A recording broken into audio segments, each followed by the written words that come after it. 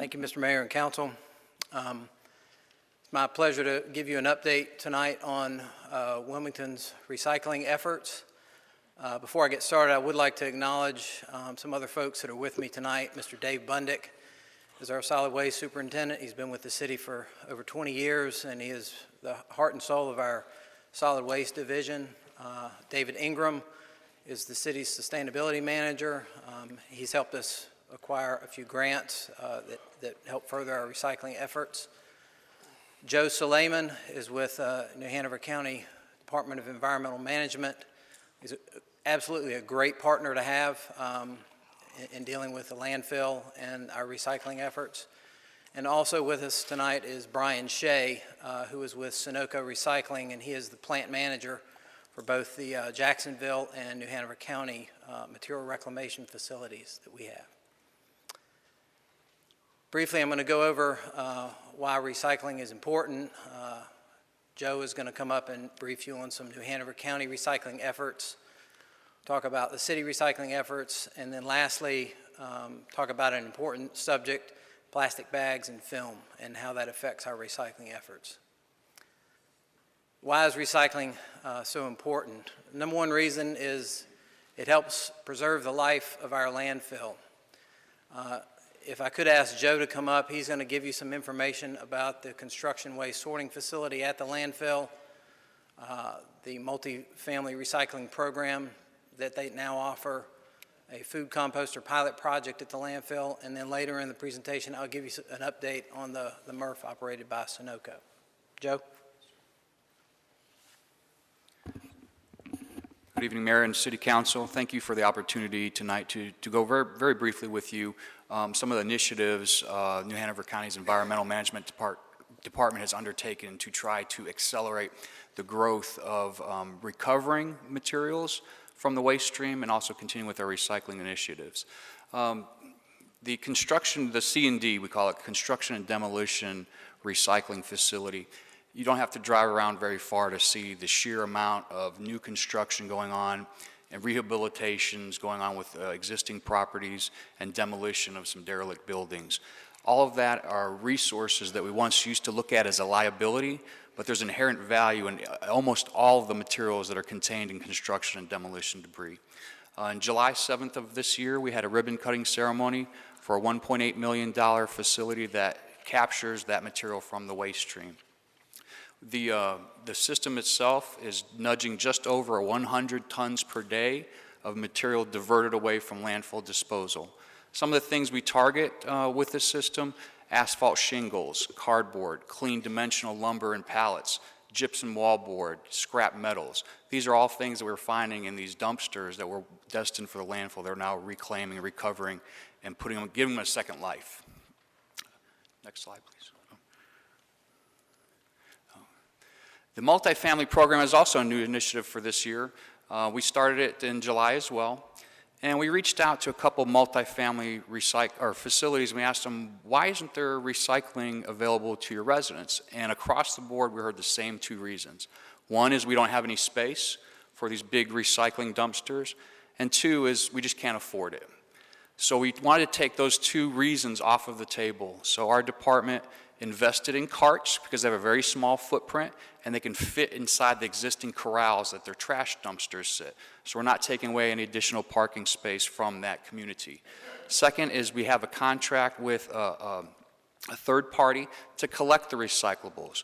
So they're going out there, we're providing the capital upfront cost at no charge to the property owners, and getting that material collected and capturing a brand new waste stream, because it's about 48% of the population of this county lives in multifamily housing. Food waste composting project. This is really exciting for myself and the members of my department. Half of the food that's grown in this country is thrown away. From the time a farmer plants a seed until we scrape our plates into the trash, half of that food is wasted. So when we look at our waste composition studies at the landfill and we see how much organic waste is going in there, there's got to be a better way. One is it directly contributes to greenhouse gas emissions from the landfill. Methane is 30 times more potent than carbon dioxide. So we wanted to capture that material and give it a new life. Ideally, what you want to do is feed the hungry. Second step would be use as animal feed, and the third step is composting. So we've partnered with UNCW. The Wagner Dining Hall is going to be providing us our first batch of material for this pilot program, and we'll be diverting all of that food waste away from the landfill. We'll be mixing that with ground yard waste to add carbon to this mix, and it's the very same yard waste that the city's solid waste department collects on a near daily basis. So we'll be reducing greenhouse gases, making very rich compost to help amend the soils in this county. As you know, it's pretty much just sand here, so we want to help be able to give homeowners and things a different product to amend their soils with. So we're really excited about this new project. We should be rolling in just after 4th of July holiday with that. And at this time, if you have any questions for me? Any questions of staff? Yes, we have one, Mr. Robinmore. I know that in past, when we put large item pickup, yard waste, grass clippings and stuff, construction materials is something that's not been able to be handled. Is this, since 2016, is that something we've been able to pick up here in the city now?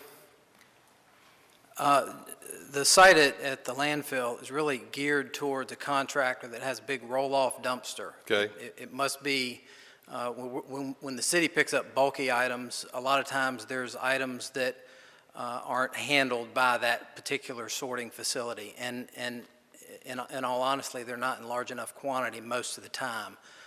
With bulky pickups, we get involved with a lot of furniture and other types of debris that don't go through that sorting facility very well.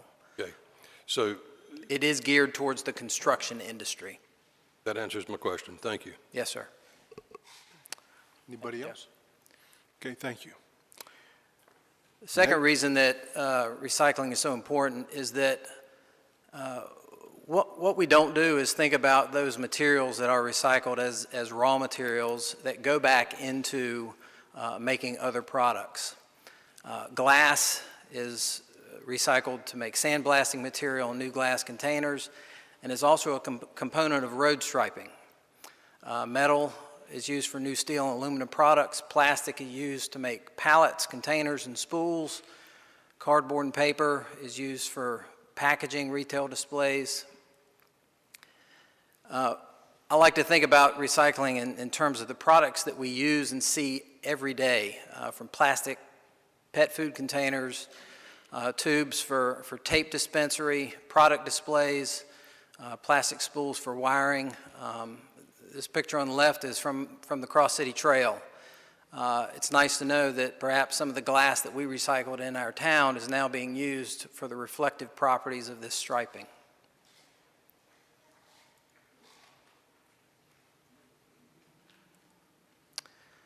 In the city, we recycle glass bottles and jars, plastic bottles and containers, metal and aluminum cans, paper bags, junk mail, magazines, office paper, cardboard. What we do not recycle is polystyrene or foam cups, plastic bags, and I'll talk about those in just a little bit, or food waste. None of those three materials are picked up curbside. City recycling, our monthly averages, curbside collection, we're averaging about 525 tons per month. Downtown services is about 46 tons per month, and that constitutes about 79% of our customer base, or just under 24,000 customers that participate in our recycling program. We also do internal recycling to the tune of about 8 tons per month, and that's over about 1,000 employees and 62 buildings. The picture over here is what I would consider to be a missed opportunity. It's a customer that's throwing away some cardboard, and what we would like to see is the maximized opportunity, where this is actually a business, and they're absolutely maximizing their opportunity to recycle everything they can. Just last week, we completed, I believe, the third of our internal waste audits, just to see how we are doing as a city internally in recycling. As you can see, 69% of what we found was trash and not recyclable. There is some, while we're doing pretty well, there is still some room for improvement. We've also come to you and asked permission to apply for several community waste and reduction recycling grants. That has resulted in our ability to install recycling containers next to our trash containers in the downtown area.